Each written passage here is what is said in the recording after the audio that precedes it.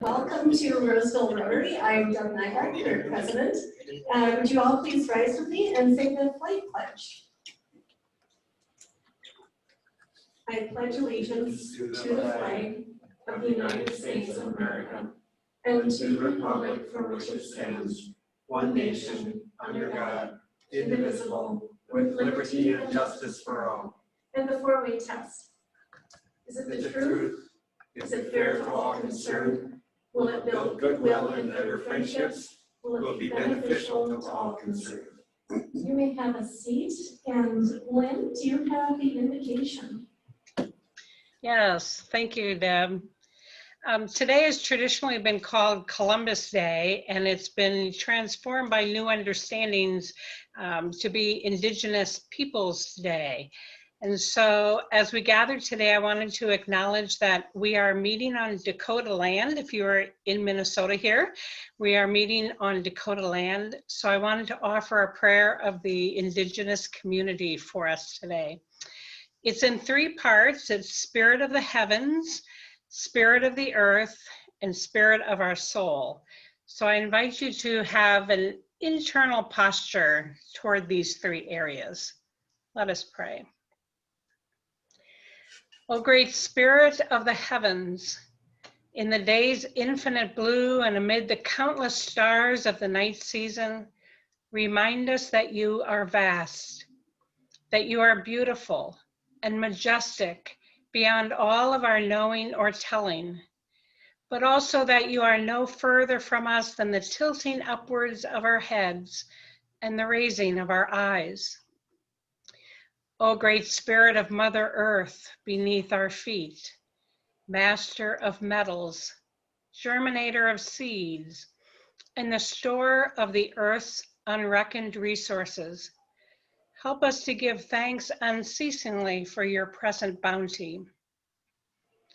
O great Spirit of our souls, burning in our heart's yearning and in our innermost aspirations, speak to us now and always, so that we may be aware of the greatness and goodness of your gift of life and be worthy of this priceless privilege of living. Amen. Thank you very much, Lynn.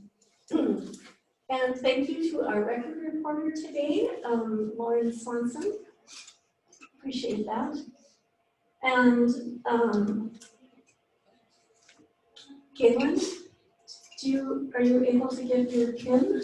I am. All right, we have a presentation of the Above and Beyond Inspiration pin. So you can just come to this.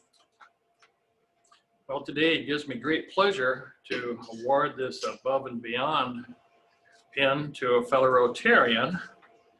And I was trying to think of some things to say about this fellow Rotarian, so I looked up what the Rotary, what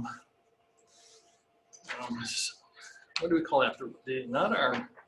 It's the Rotary, I was going to write that down. Vision statement? Our missions, no, not Vision. our mission statement. Our vision statement. Vision statement.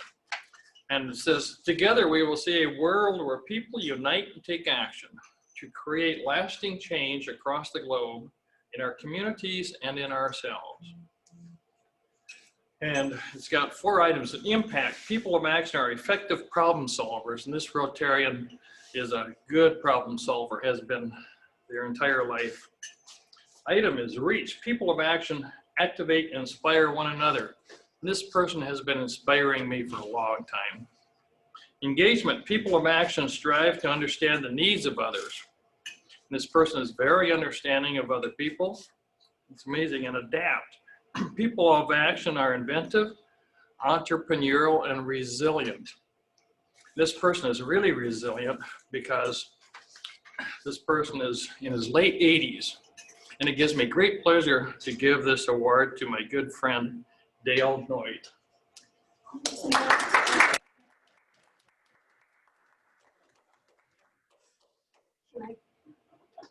Can we grab a photo here quick with you guys? Oh, sure. Okay.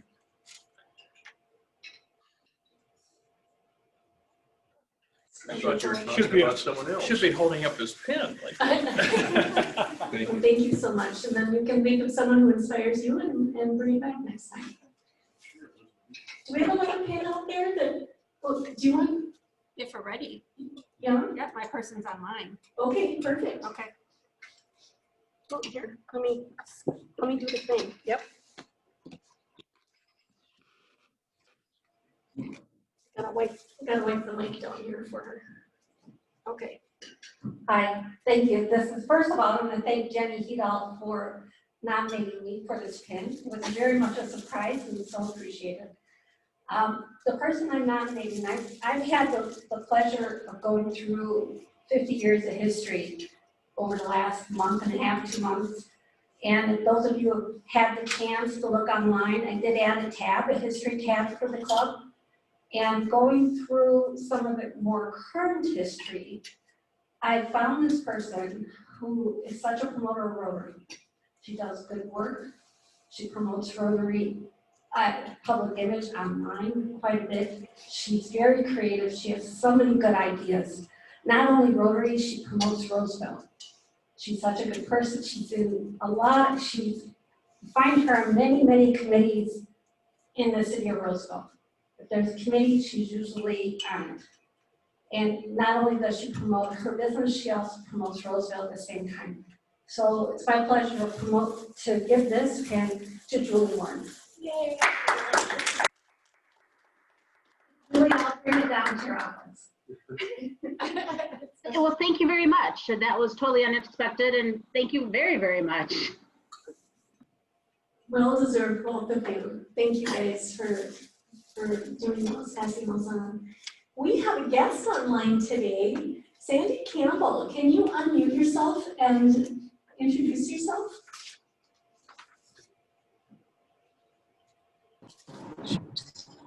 There we go. Can you hear me? Yes. Okay. To be with Rotary and see, I'm for my yearly. She's breaking. We are currently in transit with my partner here. I don't know if you can see, Gary. And we're getting some strange looks from the people that are passing us on the highway here. But I did want to visit with you. We have our Vacation of a Lifetime travel raffle, and I see that next week you will be having District Governor Ed Merrick as your guest. And since our drawing is a week from Wednesday, I thought I better get on my broomstick and travel on over. So anyway, thank you for the opportunity. We have, we're trying this. You know, you've been talking a little bit about the success of fundraisers. And this is our 5th year of having our travel raffle. And even though there are restrictions on travel, our first place is a $3,000 travel voucher that doesn't expire. So when this is over, I'm sure we're all just ready to get out there and do some traveling. And if you decide not to do the travel, there's a $2,000 cash prize. So the tickets are $10. And the way that I've been doing it this year is, if you send me your name and the information, your name, address, phone number, and $10 per ticket, I will send you a photo of the filled out, completed Rotary, or excuse me, travel ticket that will be put in a drawing for Wednesday, October 21st. And it seems to be working well. We are visiting clubs via Zoom. And anyway, we just thought we would try it and see how we do. There's such a great need. Our current projects that we've just been working on, of course, started with the food shelf, with Stepping Stone, the homeless shelter. And we did, I think, 178 backpacks, fully loaded with all school supplies for students in need. Went from erasers all the way up to calculators in there. We provided, I think, over 100 hotspots for Anoka Hennepin students. Sandy, you're breaking up a little bit. I'm going to need to cut you off. We've got a packed agenda. So anyway, this is the Anoka Club if you missed it. Again, she's wearing her Hear me? hat for their big Halloween celebration. So if you. Okay, Hey, well, can and I sent Deb and Kathy just a message, an email sent with the information, and maybe you can just respond to that. We're kind of in the farmland down by Rochester, so I'm not sure how long I can be with you. But thank you so much for the opportunity. Next year, I will be back in person. So good to see your fellow Rotarians. Lynn Scott, I think you had an announcement too, right? Yes, I got a letter from Rob Williams of what has formerly been called the Sheridan Story. Kathy, if you have the PowerPoint slide to put up, I'd like to share with you just briefly the what's going on at a place that we have partnered with. And he says the following, and I'd like to read this to you just because it's in his words, and I think that's important. I wanted to be sure to let you know of the change, but I also wanted to provide some backgrounds that led to this decision. The catalyst for the name change of the Sheridan Story is not positive, but moving forward with this new name is very exciting. 10 years ago, the principal at Sheridan Elementary School told us her students didn't have food for the weekends and asked if we could help. In response, we started the Sheridan Story, named after the school. And then he talks about how many meals have been provided, even over 400 different locations now. Says, since the very beginning, we have strived to get food to the kids that need it the most, and we do so in a way that retains their dignity and shows the kids and their families how much we care for them and support them. Last month, I learned of a barrier to this goal. Sheridan School is named after Philip Sheridan, who committed terrible acts against and made very terrible statements about Indigenous peoples. In order to be able to best support the kids and families in our community, including those that are Indigenous peoples, and to no longer associate ourselves with Philip Sheridan, we've decided to change the name of the organization. We made this decision the morning I learned of the connection to the person, and we have been working on the rebranding process ever since. Every meal, that's the new name, better reflects our mission to ensure kids living with food insecurity get every meal they need. It also reflects the tremendous growth of our organization since its inception in 2010. Every meal is our new name, but our mission to fight child hunger remains as strong as ever. I'm excited to continue our partnership with you as we move more into this new name with the same mission. And I think you saw just a moment ago, Kathy had put up the new name with the logo. So I just invite us as we continue to be partners that we also work on changing that name as we talk about it. It'll be called Every Meal, and Roseville Rotary has a partnership with them. Thank you very much, Lynn. I think, can we save that video for next week? Sure. Okay, let's do that. Okay, really quickly now, we had an exciting event on Saturday, picking up trash. And since I've joined this effort, we had more volunteers than ever before. There were 14 of us. And thanks to the vendors, we have some prizes for the most interesting and for the most expensive item found. And so here we are in brand new vests that Kraus Anderson got us. It says People of Action on the back. And it was really, really fun to represent Rotary out on the road there. That was a lot of fun. So some of the items we found, and if you were there and you found an item, make your way up to the camera here so you can share the fabulous item you found. And I do have a few pictures that we can share of items found. Okay, this is a mask with a zipper. And the mask was actually on a fence pole. I don't know what. Okay, my son found that. This is my other son, Jason. He's, I don't know, a mole or something. He found a business card from a Blaine police officer. Thought that was interesting. This is Lisa, our road director. She found a full roll of heavy duty tape. I think she might win the prize for the most expensive thing. Okay, and this is what I found. It's so embarrassing. It's a lighter, clearly geared towards children. It's a combination of a ghost with a bee stinger, and it's called Booby. That's kind of embarrassing, but I think it's interesting. So, okay, Galen, do you have one? Or, I'm sorry. get up here and tell us, Ed's got one. Am I too close? The one thing I found was a Family Dollar gift card. And so it's probably worth $1.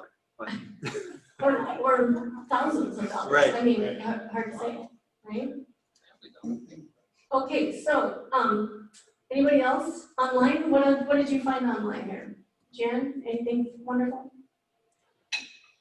I found a rubber banana that was about 6 inches long, and I don't have any idea what its actual function was. Sitting in the middle of the road. Quite interesting though. Say, I know that one of the members of our group, Jim Uslin, found a $1 bill.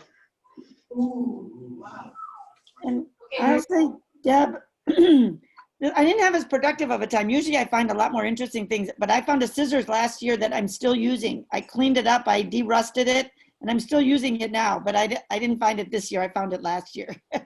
maybe we'll have another category for most useful items. Yeah. All right. So, can we agree that Lisa wins the prize for the most expensive item? Can you unmute everybody? Unmute yourselves and say, yeah, or give me a thumbs up. Yes. Yeah. Yes. Okay, how about the most interesting item? We have a zipper mask, a booby lighter. I don't even want to say that again. We're not gonna, the lighter. Boo-bee. A banana. Thank you, separated there. Boo-bee lighter. Thank you, dear. Okay, I need a nomination. Who wants the most interesting nomination there? the lighter. The lighter? Anybody else want to Second. nominate one? Second. Okay, all in favor? Aye. I wanted to win Carolyn's prize, so thank you very much. All right, I think at this point, we better quit the announcements. We'll move a couple till next week. And Jenny, would you introduce our speaker? Well, he is somebody we are very familiar with and one of our closest friends, Dr. Aldo Sicoli, who is the superintendent of the Roseville Schools and a longtime member of this club. So I'll turn it right over to him. Well, thank you. Thanks for allowing me to present. And please know that, first of all, it's great to see all of you. And I feel bad that I've been even more absent from these meetings than I was prior to the pandemic. Things have been incredibly busy between the pandemic and unrest over the racial inequities in our society traditionally and currently. And that has added a lot of time. And I've had to prioritize, frankly. So I do apologize and appreciate your understanding with that. But I'm happy to share today, so thanks a lot. So I'll try sharing my screen here now. And hopefully get this going. Can you see that and can you hear me okay? Yes. Great. Yes. Okay.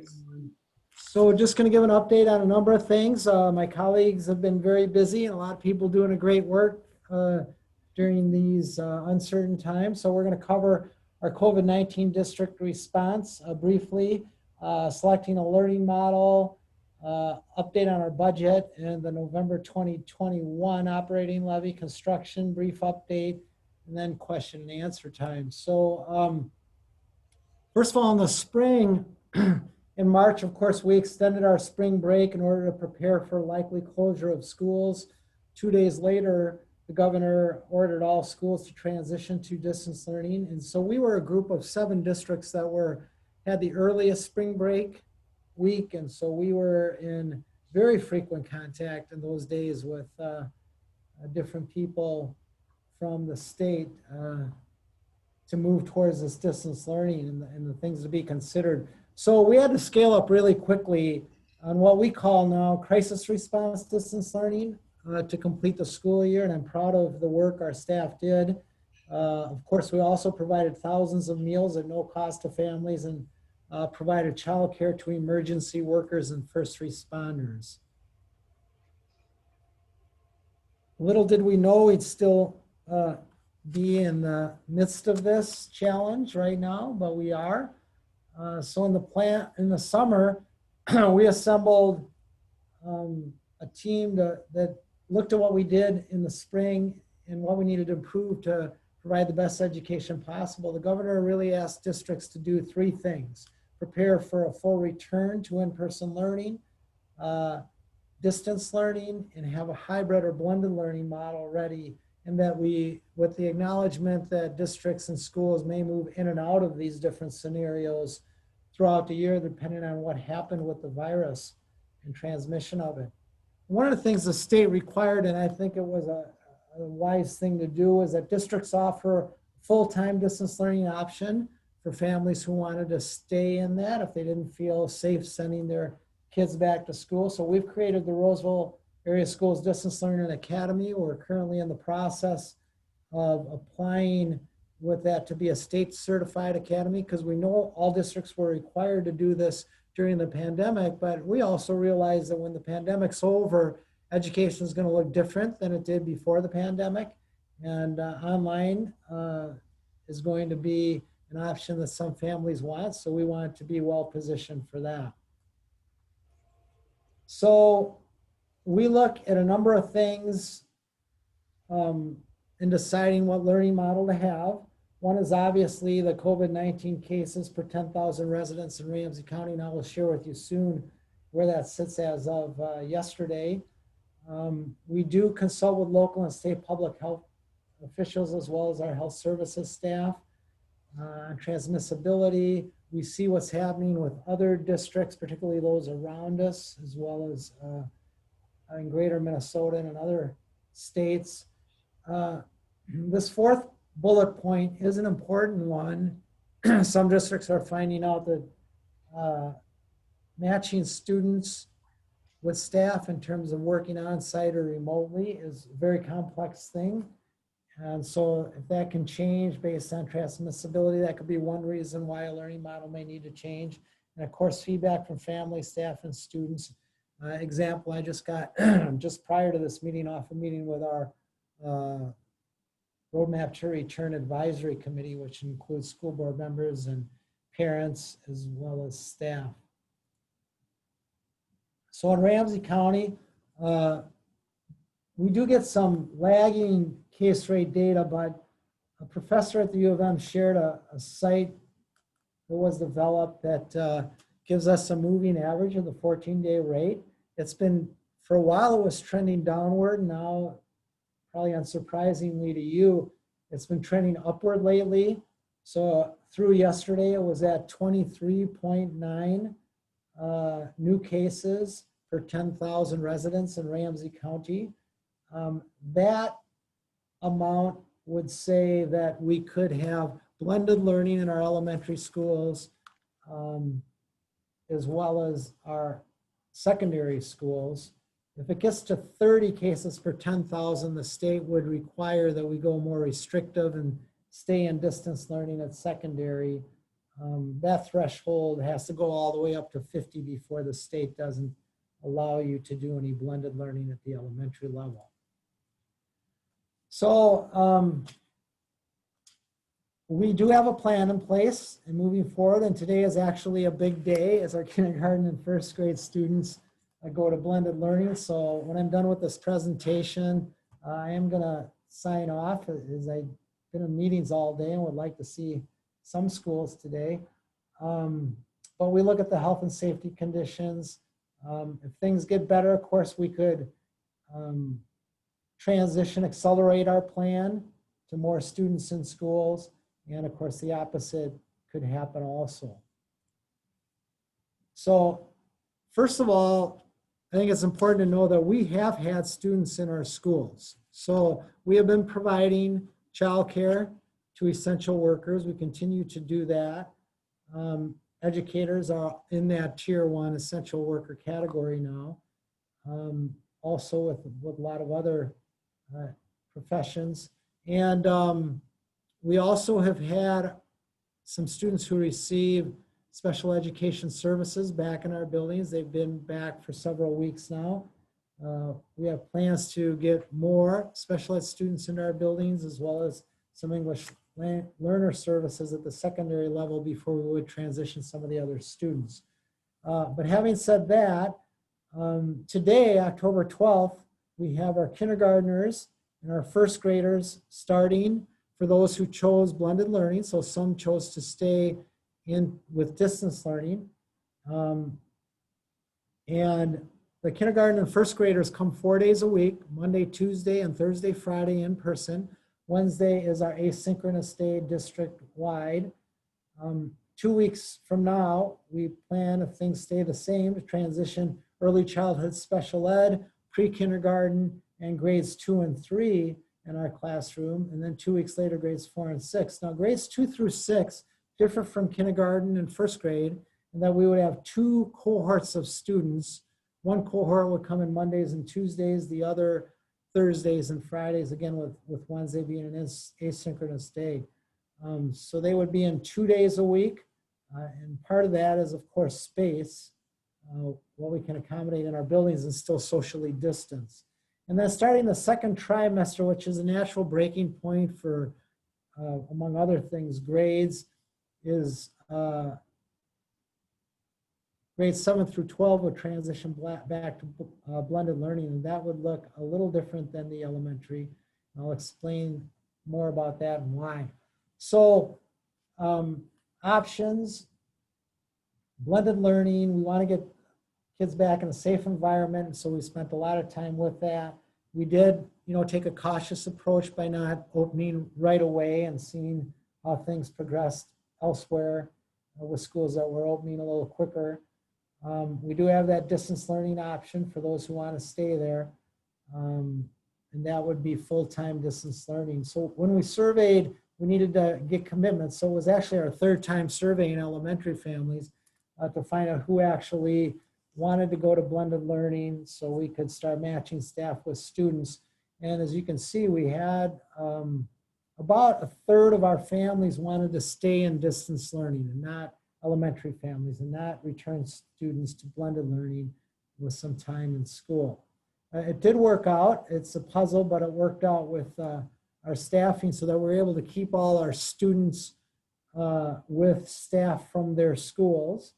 And so that's the current state anyway. So asynchronous and synchronous are probably terms you may have heard, so, and I've already referenced them, so just wanted to define them. So asynchronous, the teacher and the student are different places. The students finishes the work on their own time.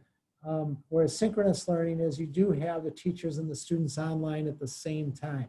So it may be partially the teacher presents a lesson, but then there's breakout rooms for groups of students to work on assignments, web-based lessons, video meetups, different things, different ways of interacting in live time virtually. That would be synchronous learning.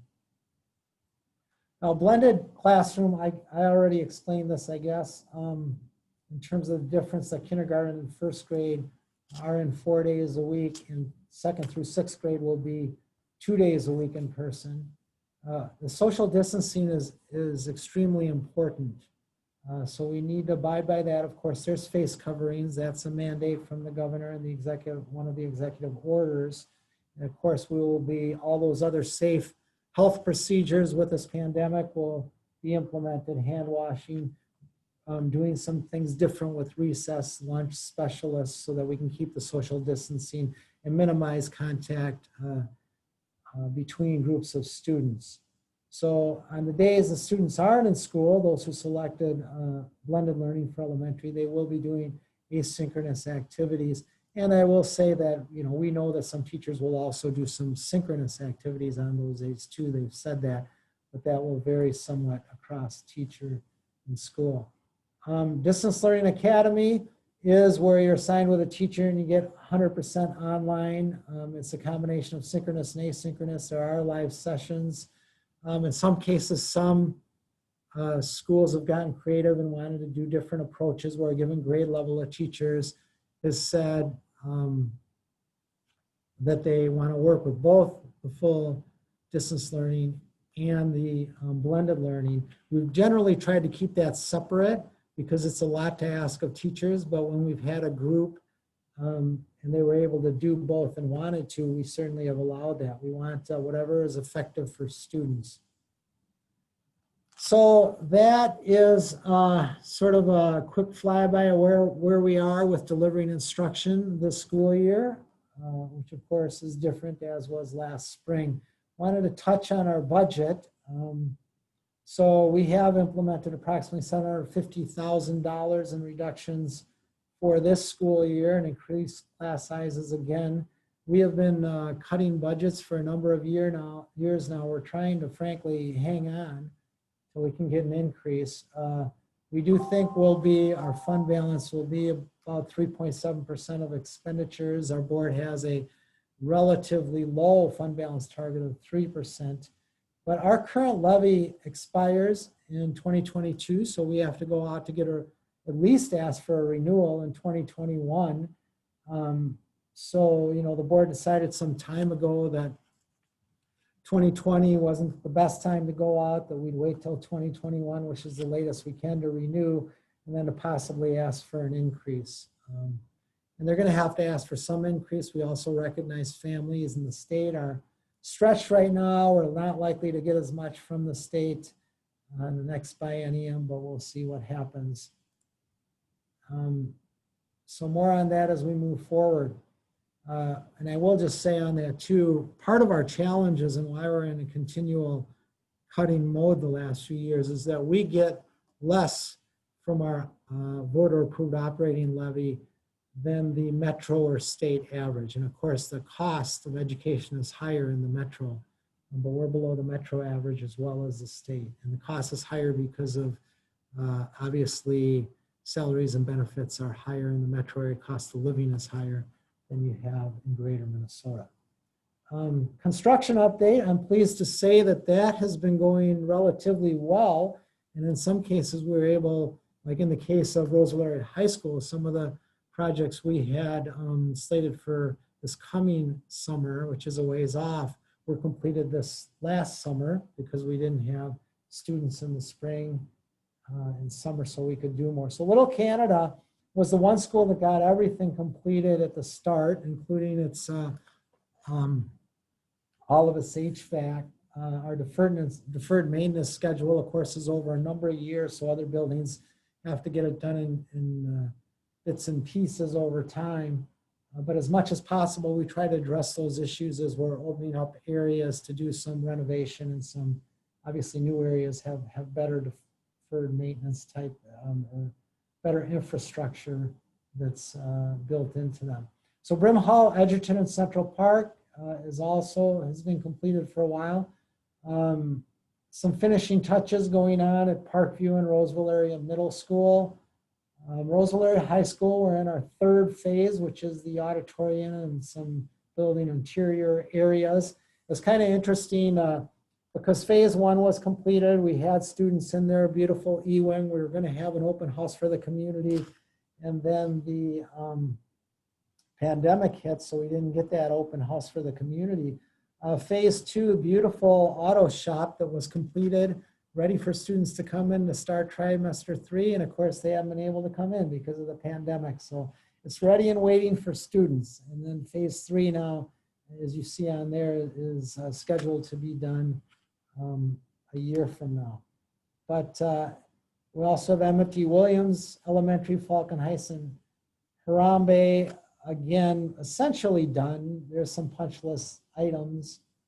And then Fairview, the new building at Fairview is again, I'll remind you, it costs more to try to remodel the existing building and wouldn't last as long than it would to build new.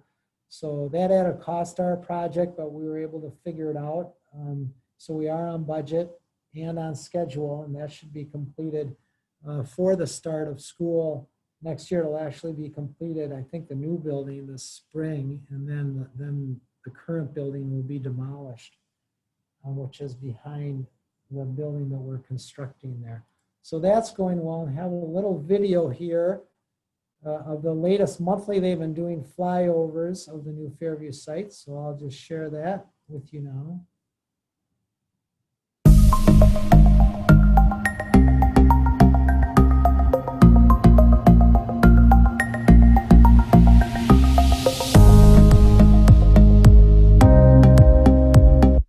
Oops.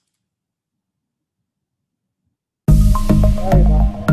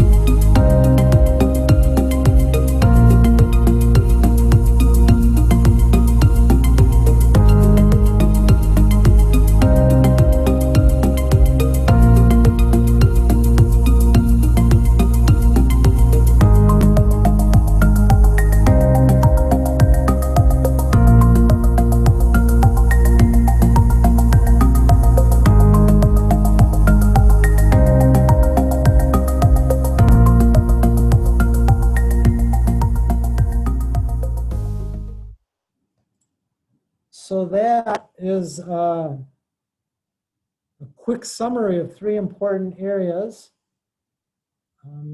that our district is working on right now. So I certainly am willing to attempt to answer any questions or hear any thoughts you have.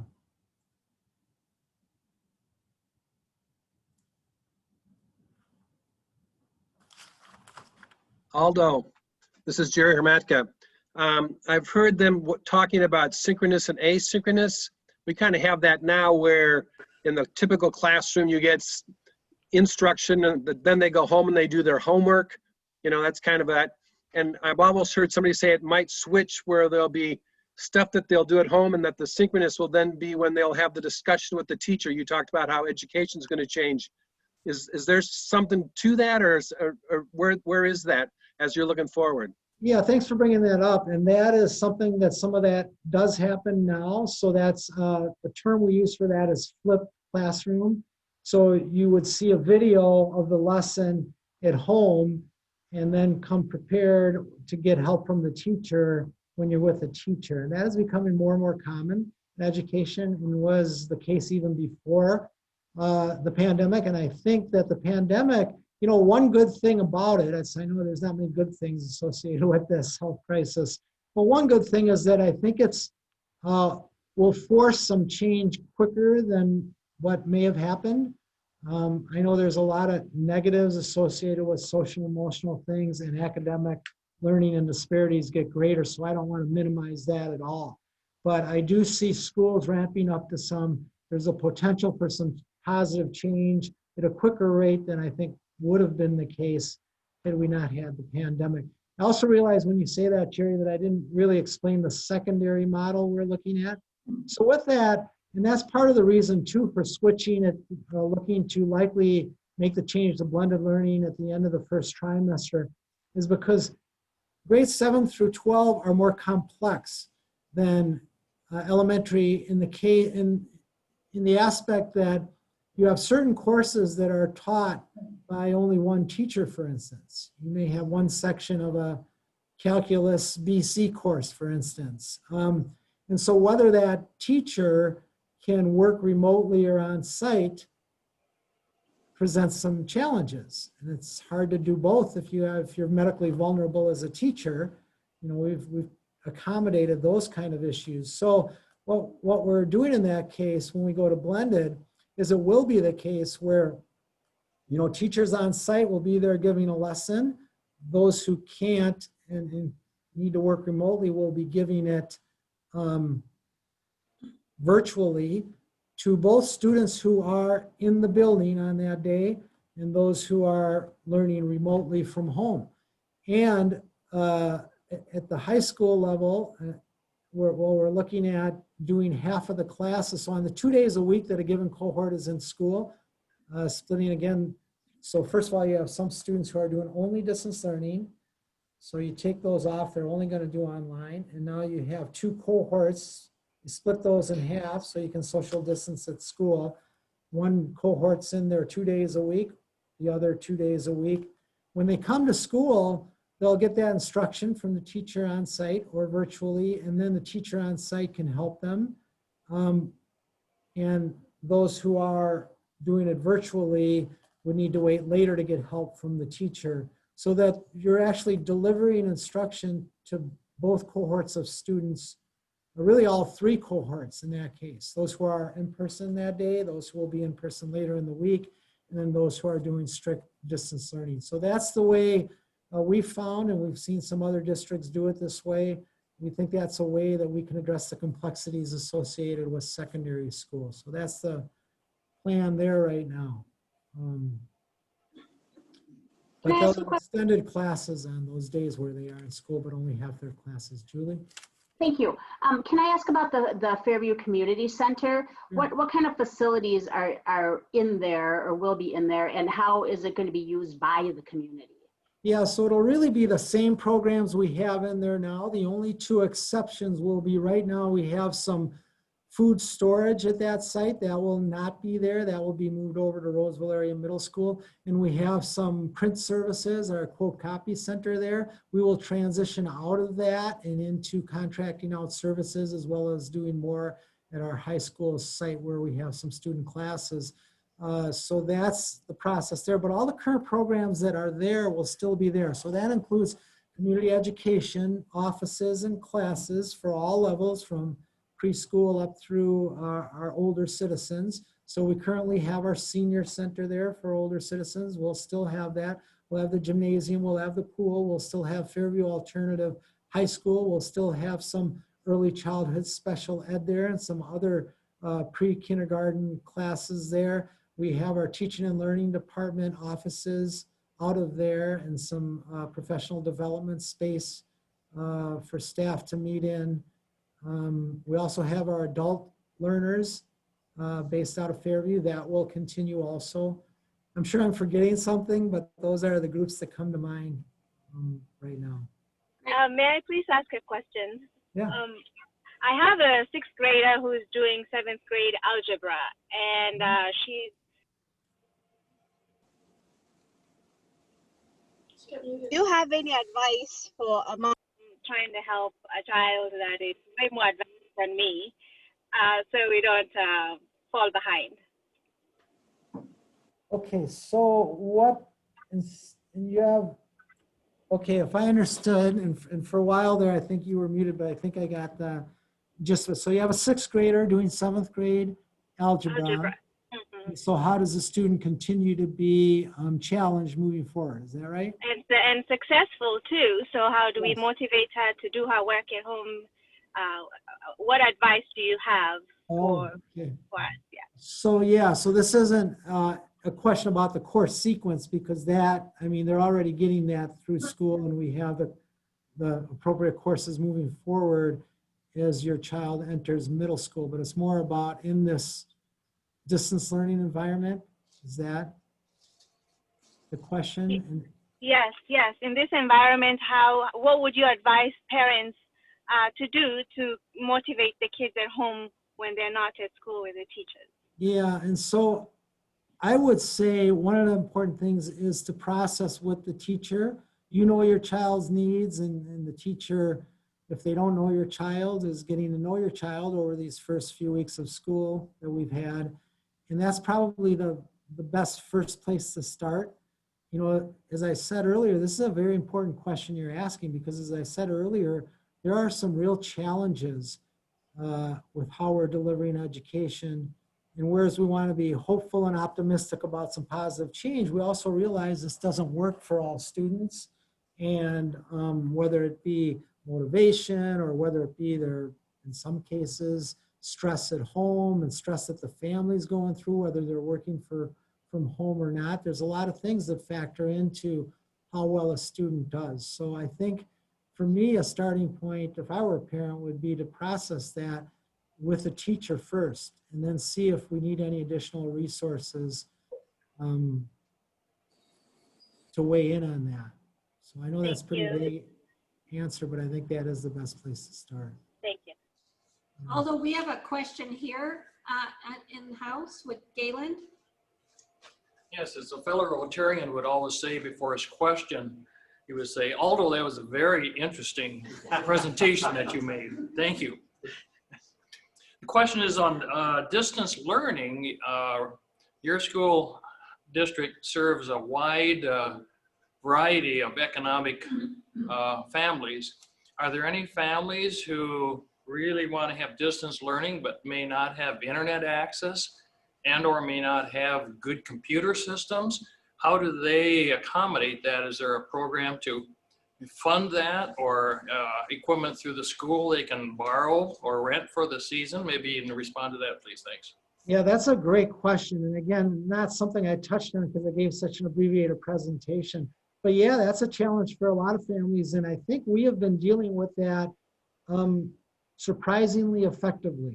Okay, so we do have computers, devices in the hands of every student who needs one.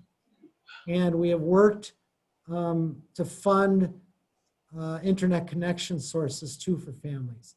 And in some cases that's, you know, there's additional challenges because sometimes there's, it takes a little more time. We have to work with, through our cultural liaisons, if there's barriers to English language, because a lot of times some of these services are just presented in English and families might not understand, so we deal with that. Also, again, some of these services were provided in terms of connectivity free of charge in the spring, which is no longer the case, right? So funding has become an issue, but we have been dealing very successfully with that.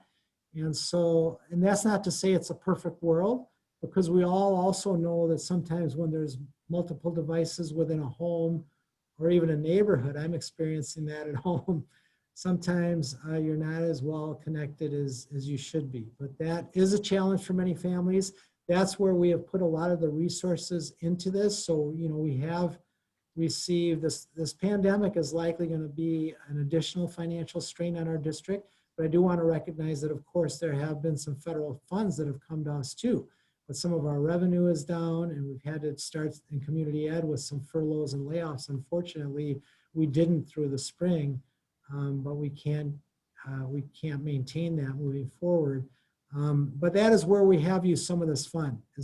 These funds is to buy technology to get families hooked up so that they can successfully, to the extent possible, work in a distance learning environment. So thanks for bringing that up. And if I may just add to that, we found it also when I was working with mental health, you might have connectivity, you might have equipment, but you're a 1-bedroom or a 2-bedroom.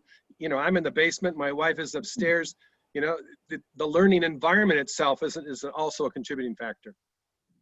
Absolutely. Thank you. I have a question about the food insecurity that we're all facing in kids at school that get their food at school. So when they're not going to school that week, or if they're sort of alternating, how are you dealing with families that get their food from the school district? How's that working out? I know the Sheridan story is, of course, very helpful in this, but can you talk a little bit about that?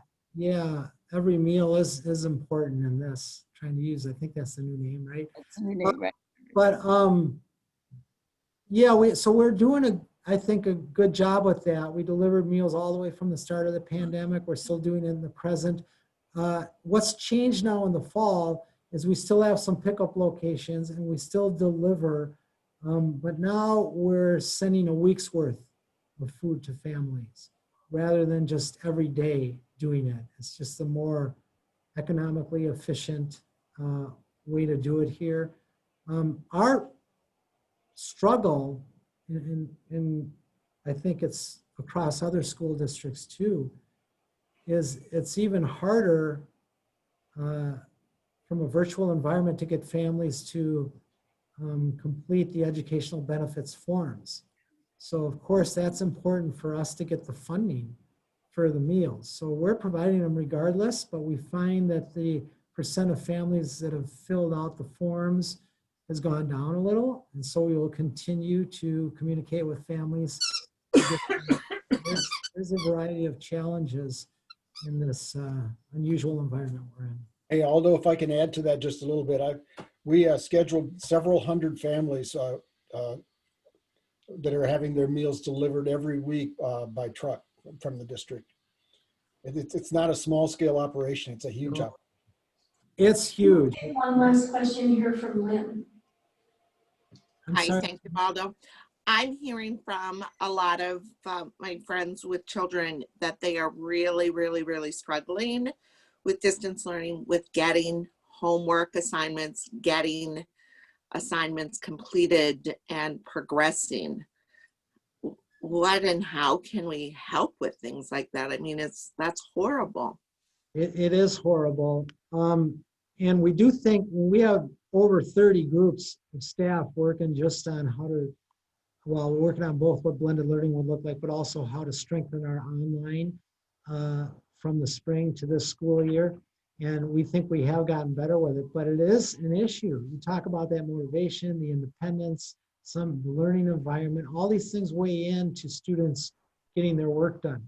Now in the spring, you know, the state was very, encouraged us to be as lenient as possible about assignments and grading, and we did. And we, you know, some people weren't happy with that. And we gave some options for families too. But moving forward, you know, I I believe, fully in high expectations. And so I get the state saying, the state wants districts want not to be excused from any requirements, including the spring testing for students, if it's so allowed, depending on where we're at, but also to make up for the learning loss that has occurred since the pandemic started. That's a great goal. And honestly, it's pretty unrealistic. Let's just be honest about it, okay? So we come up with plans, but to get the help that's needed is difficult. But anyway, we have changed our attendance and our grading policy, so they are a little more stringent this fall, but we're also trying to be understanding and give every opportunity. We're also have streamlined, made some changes to how we connect with families when assignments aren't getting in, rather than having numbers of different peoples, we have teams and it's designated like who goes first, and if we're still not getting a response, then who contacts. And so I've seen this even on a personal level with one of the students I work with. Very little communication with me and with the classroom teachers in the spring, even though I talked with both parents with the student, but much higher engagement, thankfully, so far this fall. But it'll vary from student to student. And it's just something that we all have to work together on, because these students need to be successful. Their education is important. So we need to do whatever we can and help them get their work done. Well, thank you so much, Aldo. We appreciate your time and everything you've been doing. Let's give them a thank you. Thank you, I appreciate it. Have a great day. I'm going to sign off. Thanks. I think you know that we made contributions to Rotary Woods in honor of our speaker, so thank you. Madam President-elect, would you be so kind as to tell us who we can look forward to hearing from next week? So next week is our district governor, who's going to come and speak with us, give us a district update, and this is Ed Merrick. And just so you know, that meeting is going to be only virtual. So don't come here next week. We're just going to be online, and the board is going to meet an hour beforehand, and we'll send out links to all of you so that can update the board. So thank you all for being here. It was delightful to see you both online and in person, and look forward to seeing you next week.